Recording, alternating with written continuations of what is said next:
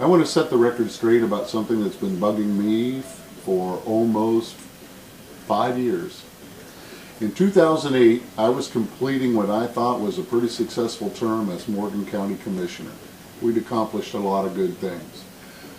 We had created a learning center where Morgan County residents could get anything from a GED to a master's degree, never had to leave the county. They could take college courses from half dozen different colleges, community colleges and universities. We had created a federally qualified health center so Morgan County residents could get health care regardless of their ability to pay.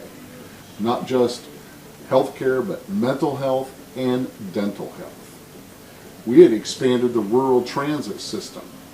We had added a lot of new buses and vehicles to that system. We had created a development office.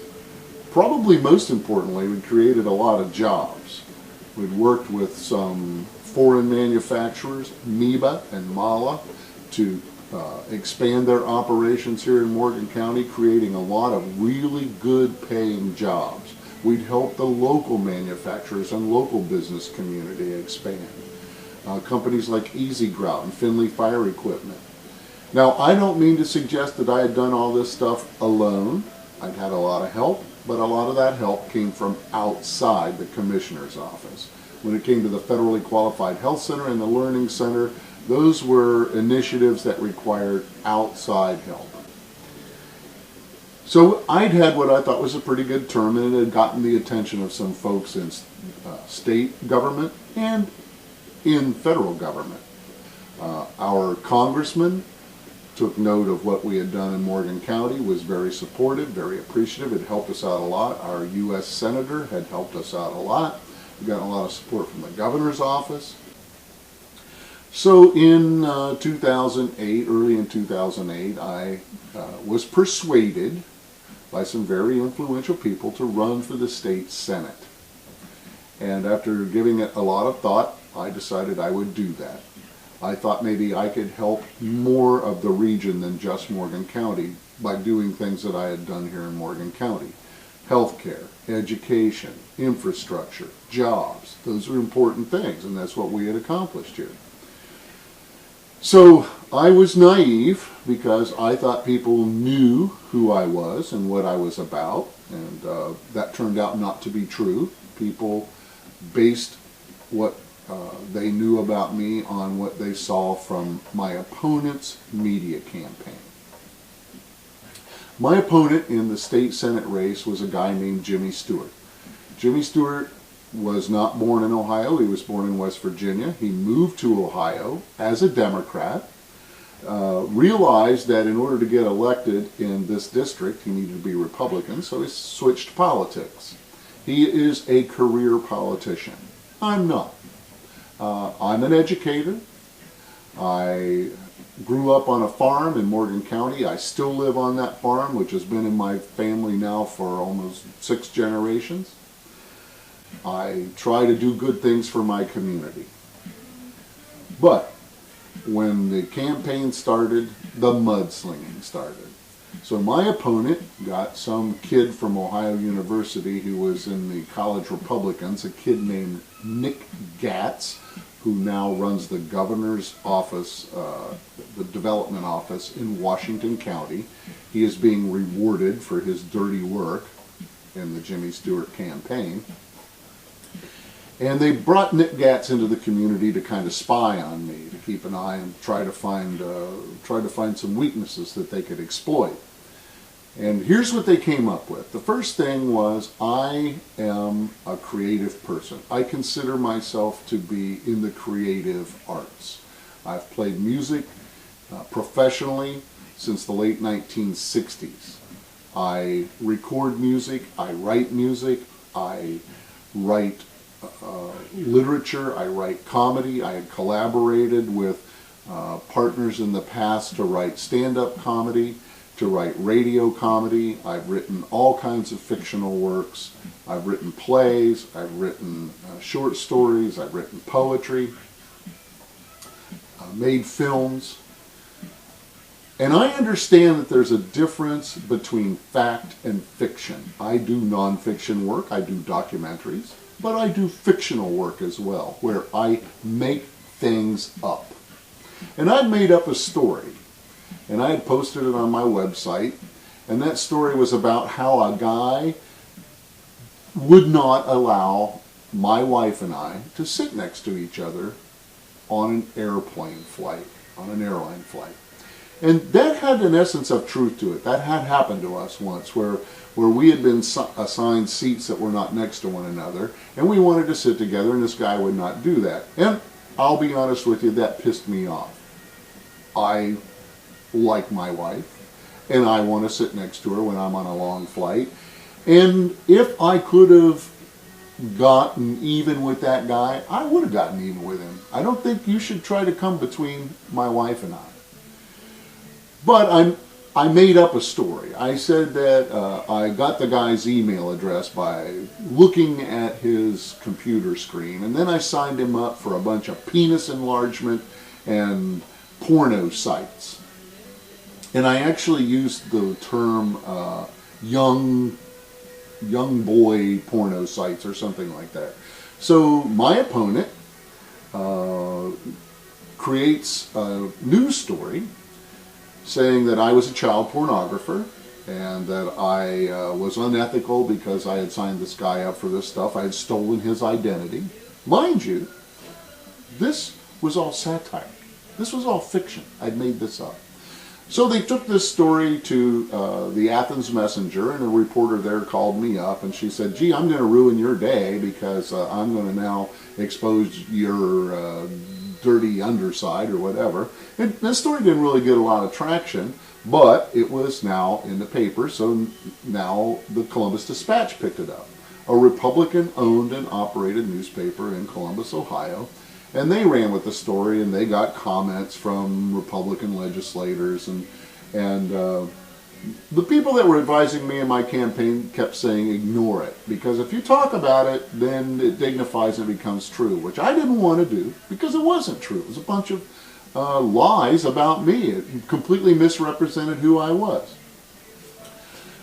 The second thing that the Jimmy Stewart campaign did was to exploit and lie about something else that I'd done when I was in office, and that was we raised the conveyance fee on real estate. So when you transfer real estate, you pay a percentage of that transfer fee ultimately into the local general fund. So Morgan County's conveyance fee was 1%, the lowest in the state of Ohio, and we were broke. We were running short on money in our general fund. We needed revenue.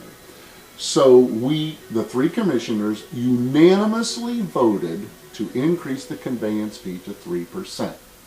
In Jimmy Stewart's campaign literature, the line was, I had raised taxes on Morgan County taxpayers by 400%.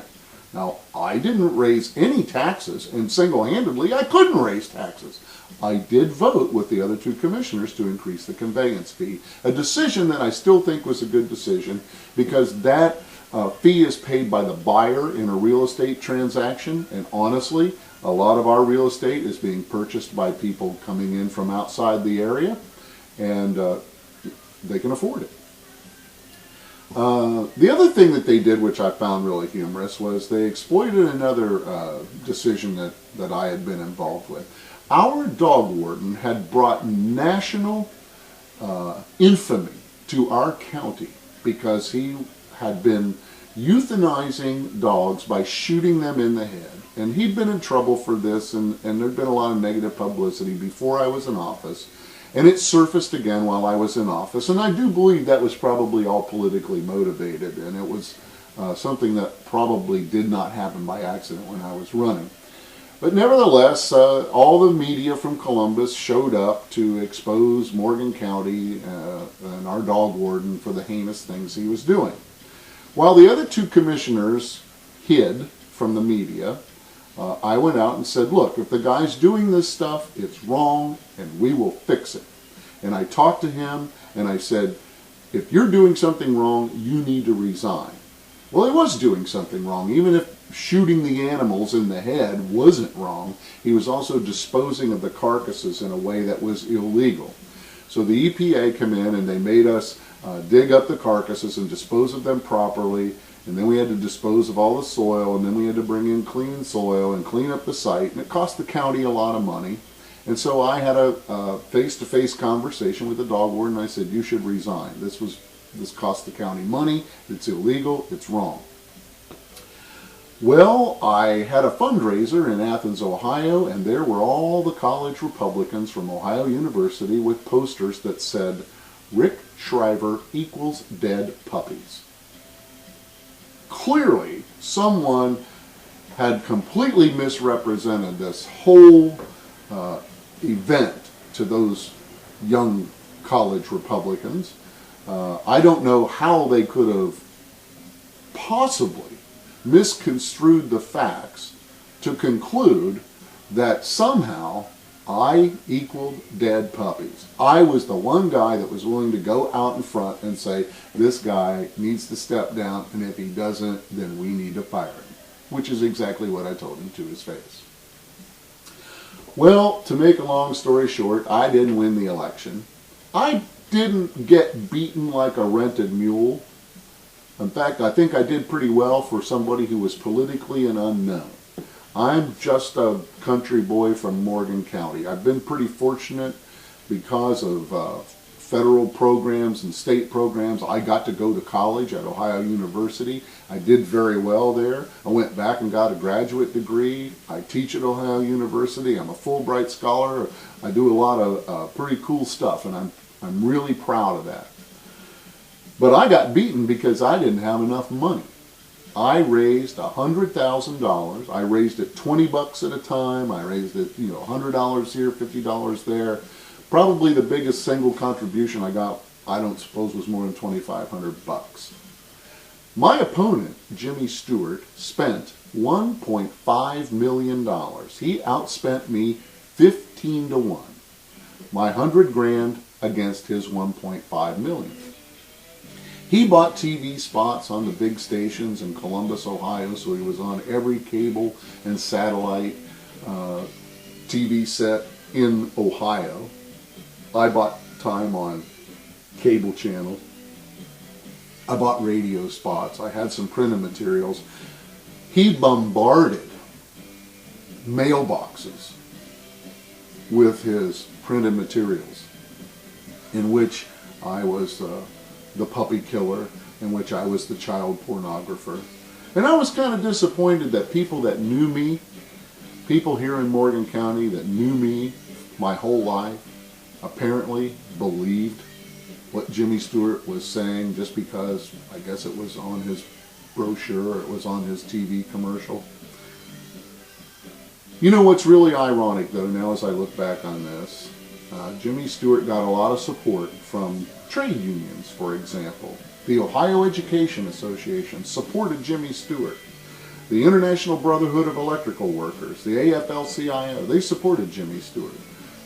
After the election, within a year, he completely did a 180 flip-flop and sold unions down the river.